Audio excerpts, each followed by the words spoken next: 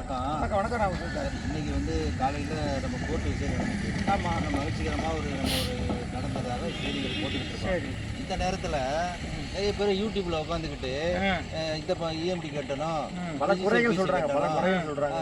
அந்த service fees கட்டணும் அப்படின்னு சொல்லி ஏகப்பட்ட பணத்தை நம்மகிட்ட இருந்து பிடுங்கிறதுக்காக நம்ம பணம் வீணா விரயம் பண்ணுறதுக்காக இப்போ ஒரு யூடியூப்ல பேசிக்கிட்டு இருக்கிறாங்க. இதுக்கெல்லாம் யாரு சார் காரணம் முக்கியமா? டியர் முதலீட்டாளர்களே, நம்ம சங்கத்து உறுப்பினர்களே, நியமத்தில் முதலீடு செய்த அத்தனை முதலீட்டாளர்கள் நான் சொல்கிறேன், இன்றைக்கி நடந்த நிகழ்வுகள் நமக்கு சந்தோஷமாக இருந்தாலும் ஒரு சில பயல்கள், அதாவது சில்லறைகள் யூடியூப் வாயிலாக இன்றைக்கி உட்காந்து நம்ம யோக்கிய மாதிரி பேசிகிட்டு இருக்கானுங்க, யோக்கிய சிகாமணி மாதிரி பேசிகிட்டு இருக்காங்க. இன்றைக்கி நம்ம இந்த நிலைமைக்கு இருக்கிறதுக்கு காரணமே, இந்த நிலைமையில் நம்ம இருக்கிற காரணமே யார்? இவனுங்க தான். தோழர்களே, நல்லா சிந்திச்சு பாருங்கள், இவனுங்க தான். நாங்கள் என்ன சொன்னோம் ஆரம்பத்தில், கொஞ்சம் பொறுமையாக இருங்கய்யா, நிறுவனத்தில் சொத்துக்கள் இருக்குங்க எங்களுக்கு தெரியும், கொஞ்சம் பொறுமையாக இருங்கன்னு சொன்னோம். புகார்கள் இந்த அளவுக்கு போகும்போது தான் நிறுவனத்திலிருந்து நம்ம வாங்கிக்கலாம். இப்போ என்னென்ன இழப்புன்னு சொல்கிறேன் அசோக்குமார் சார், கேளுங்க சார். நம்ம வந்து இப்போ ஃபஸ்ட்டு நம்ம நீதிபதி என்ன கட்டோம், அந்த ஃபீஸ் இருக்கு இல்லையா, ரெஜிஸ்ட்ரேஷன் ஃபீஸு, அது வந்து எங்களுக்கு வந்து கவர்மெண்ட் கைட்லைன்லேயே கொடுங்கன்னு கேட்டோம். அதை மறுத்துட்டார். இது கவர்மெண்ட்டுக்கு இது நீங்கள் அது ஒரு இது இருக்குது, எத்திக்ஸ் இருக்குது, அதை வந்து நீங்கள் அறமற்ற செயல்னு சொன்னார். அறமற்ற செயல்னு சொன்னார். உண்மை தானே? இதுக்கு யார் காரணம்? புகார் அதிகமாக போனதான் காரணம். இன்னைக்கு இந்த நாளைக்கு வந்து ஏலம் போகலை, நாளைக்கு ஏலமே போகலை, நம்மகிட்ட நிலத்தை கொடுக்குறாங்கன்னா கூட அப்போ என்னெல்லாம் கட்டி ஆகணும், இந்த சார்ஜ் எல்லாம் கட்டி ஆகணும்.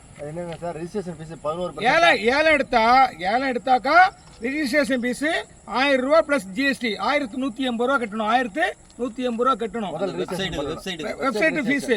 அதே மாதிரி ஒரு பிட்டர் வந்து ஒரு ஏலம் எடுக்கிறவர் வந்து ஒரு பிளாட் ஏலம் எடுத்துட்டார், நாங்கள் பிட்டர் சக்ஸஸ்ஃபுல் பிட்டர்னா அவர் 7000 ரூபா கட்டணும் எம்எஸ்டிசிக்கு ப்ளஸ் ஜிஎஸ்டி. அப்போ 8260 ரூபா கட்டணும், 8260 ரூபா கட்டணும். அப்புறம் வந்து இஎம்டி நமக்கு விலக்கு கொடுத்துருக்காங்க, நம்ம கேட்டனால கொடுத்துருக்காங்க, இஎம்டியில் கொடுத்துருக்காங்க. ரெஜிஸ்ட்ரேஷன் ஃபீஸு முதல்ல 1160 ப்ளஸ் 7260 ப்ளஸ் 8260 ப்ளஸ் இப்போ வந்து ரெஜிஸ்ட்ரேஷன் சார்ஜ் என்ன விலைக்கு எடுக்கிறோமோ அந்த விலைக்கு 11% கட்டணும். இதுக்கெல்லாம் காரணம் யார் தெரியுமா? இந்த புகார் கொடுங்க அத்தனை அயோக்கிய பேர் தான் காரணம். இன்னைக்கு பாரு, தேனி பையிலேருந்து கூட்டிகிட்டு போனானுங்க, புகார் கூட்டு போனானுங்க, நெய்வேலியிலேருந்து கூட்டு போனானுங்க, கோயில்பட்டு வந்து யூடியூப்ல பேசிட்டே இருந்தான், புகார் கொடுங்க போடுறது கிடைக்குங்கிறான். இன்னைக்கு அவன் என்ன சொல்றான், நீங்க வீட்டில் படுத்துங்க, ரெஜிஸ்ட்ரேஷன் பண்ணாதீங்கன்றான். நம்ம எதுக்கு ரெஜிஸ்ட்ரேஷன் பண்ண சொன்னோம்? தோழர்களே, நாங்கள் வந்து ரொம்ப வேதனையில் பேசிட்டு இருக்கோம். இந்த கோயில்பட்டிக்காரலாம் என்ன தெரியும், அவன் யூடியூப் பேசுகிறவன் என்ன தெரியும்? ஆக்சுவலாக நம்ம பாதிக்கப்பட்டவங்க, நெஞ்சு பதறது எங்களுக்கு. மக்களுக்கு ஏதோ போய் சேரட்டும். ஆரம்பத்தில்ப்பா இந்த நிறுவனம் விழுந்தப்போ முடக்கப்பட்ட பொழுது ஆரம்பத்தில் என்ன, எங்களுக்கு வந்து மந்த்லி இது வரல, கன்வீன்ஸ் வரலன்னாங்க. அதுக்கப்புறம் ஒரு ஸ்டேஜ் போனப்போ என்னாச்சு, கன்வீன்ஸை மறந்துட்டாங்க, எனக்கு மெச்சூரிட்டி வரலன்னு சொன்னாங்க இல்லையா. அதுக்கப்புறம் என்ன சொன்னாங்க, ஒரு ஸ்டேஜ் போன என்ன சொன்னாங்க, எப்பா போட்ட பணம் கிடைச்சா போதுமா, எனக்கு போதுனாங்க. அதுக்கப்புறம் என்ன சொன்னாங்க, எனக்கு நிலமா கிடைச்ச கூட பரவாயில்லனாங்க. இப்போ அநேக நபர்கள் எங்களுக்கு ஏதாவது கிடைச்சா பரவாயில்ல அப்படிங்கிற நிலைமைக்கு தள்ளப்பட்டுட்டாங்க. இதுக்கெல்லாம் காரணம் யார் தோழர்களே? போர் அதிகமாக போனால் லேட்டாக சொன்னேன். இப்போ நீதியரசரே என்ன சொல்கிறாருன்னா, நாங்கள் 10 பிளாட்லாம் இது பண்ண சொன்னோம், நீதியரசரில் பிபி சொன்னார் அப்படின்னு சொல்லியிருக்காரு. அப்போ ட்ரையல் ஒருவேளை போகலாம் என்ன பண்ணலாங்க போது நம்மளும் வந்து கேட்கல வச்சுக்கலாம், எங்களுக்கு நிலைமை வேண்டாம், இந்த சார்ஜெலாம் கட்ட மாட்டேன்னு சொல்லிட்டாக்கா நிச்சயமாக தோழர்களே இந்த யூடியூப்ல உட்காந்து பேசிகிட்டு இருக்காங்களே, இப்போ எல்லாமே என்ன நினைக்கிறாங்கன்னா எஸ்ஓபி வரணும்னு நினைக்கிறான். அரசு அதிகாரிகள், ஒரு சில அரசு அதிகாரிகள் இதை தான் நினைக்கிறாங்க. எஸ்ஓபி ஃபாலோ பண்ணிட்டாங்கன்னா கிடப்பில் போட்டுருவாங்க. 554 கம்பெனிக்கு என்ன நிலைமை, அதுதான் நமக்கு நிலைமை. அந்த பரிதவிப்பு தான் நான் வந்து ரெஜிஸ்ட்ரேஷன் பண்ண சொல்கிறேன். அந்த கோயில்பட்டுக்கார அவனுக்கு என்ன தெரியும், அந்த நாய்க்கு அவன் வேணாங்க ரெஜிஸ்ட்ரேஷன் பண்ணாதீங்கன்றான். அவன் யூடியூப் நீங்கள் பார்க்குறீங்க இல்லையா, அதான் காரணம். அவனுடைய யூடியூப் நீங்கள் பார்க்காதீங்க. நாங்கள் பரிதவித்தோட மக்களுக்கு ஏதாவது வாங்கணும்னு நினைக்கிறோம். இப்போ ஏலத்துக்கு போல நம்மளும் வேணாம்னு சொல்லிட்டோம் அப்படின்னாக்கா எஸ்ஓபி தான் கண்டிப்பாக வரும். அந்த பயத்தில் தான் அங்கே ரெஜிஸ்ட்ரேஷன் பண்ணி வச்சா என்ன நடக்கும் தெரியுமா, நிலம் எடுக்க தயாராக இருக்கிறவங்க நம்ம தெரிவிக்கிறோம்.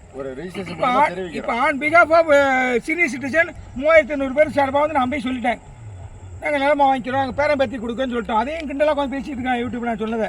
இப்போ அதே போல் ஒரு 50,000 பேர் இவங்க ரெஜிஸ்ட்ரேஷன் பண்ணிட்டோன்னா அப்போ இவங்க ரெடியாக இருக்காங்கன்னு சொல்லி நமக்கு சப்போர்ட் பண்ணுற நீதி அரசருக்கு ஒரு பலம் கிடைக்கும்.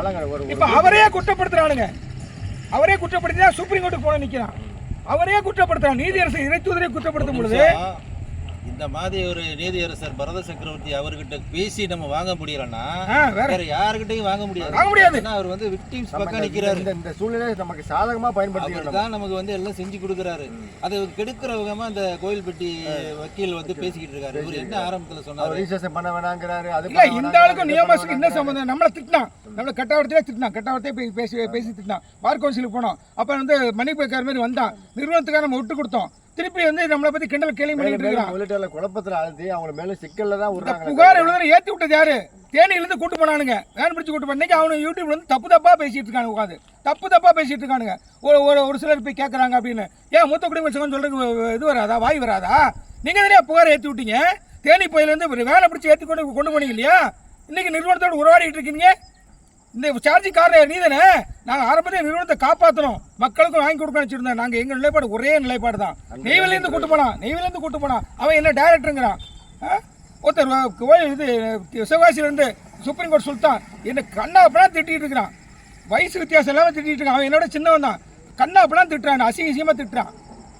இவன் கோயில்பட்டி யூடியூப்ல பேசுகிறவன் இன்னைக்கு நக்கலாக பேசிகிட்டு இருக்கிறான். ரிஜிஸ்ட்ரேஷன் பண்ணாதீங்கன்றான். நீ யாரையா இங்கே ரிஜிஸ்ட்ரேஷன் பண்ணக்கூடாது சொல்லுங்க? நீ யாரையாமோ இல்லை, நீ யாரு? உனக்கு யாரு இந்த அதிகாரத்தை கொடுத்த சொல்றதுக்கு? யூடியூப்ல கண்ணாமடா எல்லாம் உழையிடுவியா? கொஞ்சம் புரிஞ்சுக்கங்க. நம்ம இந்த புகார் கொடுத்து நம்ம இந்த முதலீடு பண்ண முதலீட்டாளர்களுக்கு எப்படியாவது இந்த செட்டில்மெண்ட்டை வாங்கி கொடுக்கணும்னு சொல்லிட்டு நம்ம போராடிக்கிட்டு இருக்கோம். மூத்த குடிமக்கள் சங்கமும் இளைய குடிமக்கள் சங்கம் தான் ஏதாவது ஒரு வழியில வாங்கி கொடுக்கணும்னு நாங்கள் போராடிக்கிட்டு இருக்கோம். இதை கெடுக்கிற வகையமா தான் இவரெல்லாம் பேசிக்கிட்டு இருக்காரு யூடியூப்ல. எஸ்ஓபி போனாக்க என்ன ஆகுங்கிறது தெரியும். 555 கம்பெனி இன்னைக்கு வந்து மூடி கிடக்கு. எந்த விதமான செட்டில்மெண்ட் நடக்கலை. இதுக்கு கொண்டு போகிறதுக்கு தான் அவங்க முயற்சி பண்ணுறாங்க. யாருமே ஏலம் எடுக்காமல் உட்காந்துருந்தா எவன் போய் ஏலம் எடுத்து பணத்தை திருப்பி தருவாங்க? இவருக்கு பணம் வந்து நீங்கள் உட்காந்து வீட்டில் படுத்துருங்க பணம் வருங்கிறாரு. யார் வந்து ஏலம் எடுக்கலைன்னா எப்படி பணம் இவருக்கு வரும்? ரெஜிஸ்டர் பண்ணுறதுனா ஏலம் எடுக்க முடியும். அவர் ரெஜிஸ்டருக்கு ஒரு நாள் கொடுத்துருக்காரு டைம். அந்த ஒரு நாளில் வந்து இவ்வளோ பேர் ரெஜிஸ்டர் பண்ணணும்ல. இன்னொரு கண்டு கிண்டல் பார்த்தீங்களா? நம்ம கை ஆடும், அதனால வந்து தப்பா டைப் பண்ணிடுவோம். அதை நக்கல் பண்றானுங்க. அதை உட்காந்து தேனிக்காரன் நக்கல் பண்றான், கோயில்பட்டிக்காரன் நக்கல் பண்றான். வயசானவங்க மட்டும் இல்லை சார், வயசானவங்க மட்டும் இல்லை சார். ஏன் நார்மலா படிச்சவங்களே, சின்ன பிள்ளைங்களே, இளைஞர்களே ஒரு சைவர் அதிகமாக போட்டாங்கன்னு வச்சுங்களேன், அது லாஸ்ட் நம்மளுக்கு 10 லட்சத்துக்கு மேல 5 சைவர் போட்டா 6 சைவர் போட்டாங்கன்னா திருத்தம் எடிட்டிங். அது தப்பா, அதுக்கு தப்பா கேட்டோம், நல்லதானே கேட்டோம், மக்களே தானே கேட்டோம். மக்களே நீ சிந்திச்சு பாருங்க, உங்களுக்காக கேட்டோம் நாங்க. இதை வந்து கிண்டல் அடிச்சிட்டு இருக்கானுங்க உட்காந்து. நாங்கள் தவறு பண்ணோம். என்ன தவறு பண்ணோம்? இன்னைக்கு கோர்ட்டில் இருந்தனால நாங்கள் கோர்ட்டில் பேசணும்னு இருந்தோம். அந்த ஆன்சைட்டியில் நாங்கள் வந்து சில இதெல்லாம் கேட்காம விட்டோம், தவறு பண்ணிட்டோம். உண்மை அவசரத்துக்கு எரர் வந்திருக்கு. என்ன சார் எரர் வந்திருக்கு? அதாவது 27ஆம் தேதி ஏலம் விட போகிறாங்க. 27ஆம் தேதி ஏலம் விடக்கு சார் ஏலம் விடல, 27 அட்வர்டைஸ் உண்டு, விளம்பரம் கொடுக்க 27ஆம் தேதி சொல்லிட்டாரு. அதுக்கப்புறம் ஏலம் இப்போ 16/3 17/3 5ஆம் மாதம் வரைக்கும் 14/5 வரைக்கும் 2 மாதம். நான் 1 மாதம் சொல்லிட்டேன். ஏன்னா எங்கள் ஆன்சைட்டி. ஏன்னா அந்த வீடியோ வந்து பரபரப்பாக எடுத்தோம். நம்ம ஒரு இடத்துல ஒரு லாட்ஜில் தங்கியிருக்கோம். அவங்க 12 மணிக்கு செக் அவுட் பண்ணுறாங்க. நம்ம வந்ததே 12:20 தான் கோர்ட்லேருந்து வந்திருக்கிறோம். ஒரு 20 நிமிஷம் கிளம்பணும் போது அந்த பரபரப்பில் நம்ம கொஞ்சம் நீங்கள் சொல்ல ரெஜிஸ்டர் பண்ணுறது மஸ்ட். ஆமாம், எவன் சொன்னால் கேட்காதீங்க.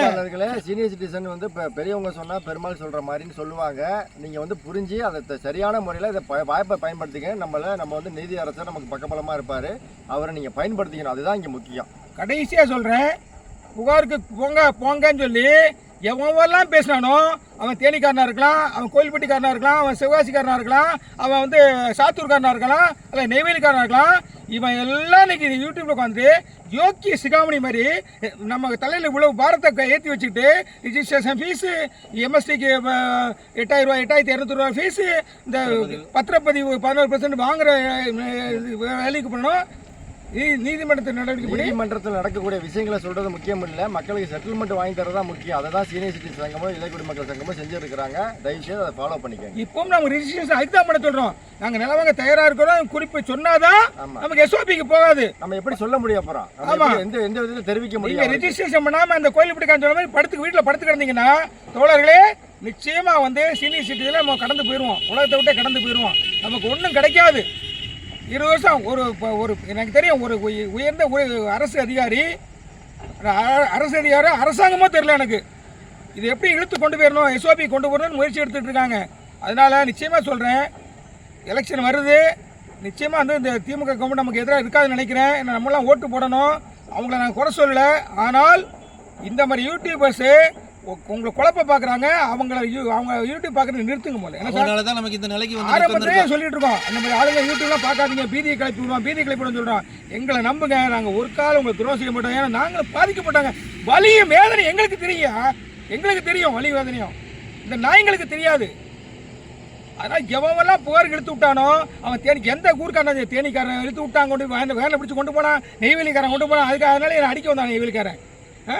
கொடுங்க ஒருத்தர் பெரிய அதிகாரி, பெரிய டிஎஸ்பி லெவலில் இருந்தார், சாத்தூர்காரரு. அவர் இருந்து போய் அரசாங்கத்தை நம்புங்கினாரு. இன்னைக்கு இவ்வளோ சுமைகள் நமக்கு வந்து காரணம் இவனுக்கு தான் யூடியூப்ல வந்து நல்ல மாதிரி பேசிட்டு இருக்கான். நம்பாதீர்கள், போலிகளை நம்பாதீர்கள், தோழர்களே போலிகள் நம்பாதீர்கள். நன்றி நன்றி நன்றி.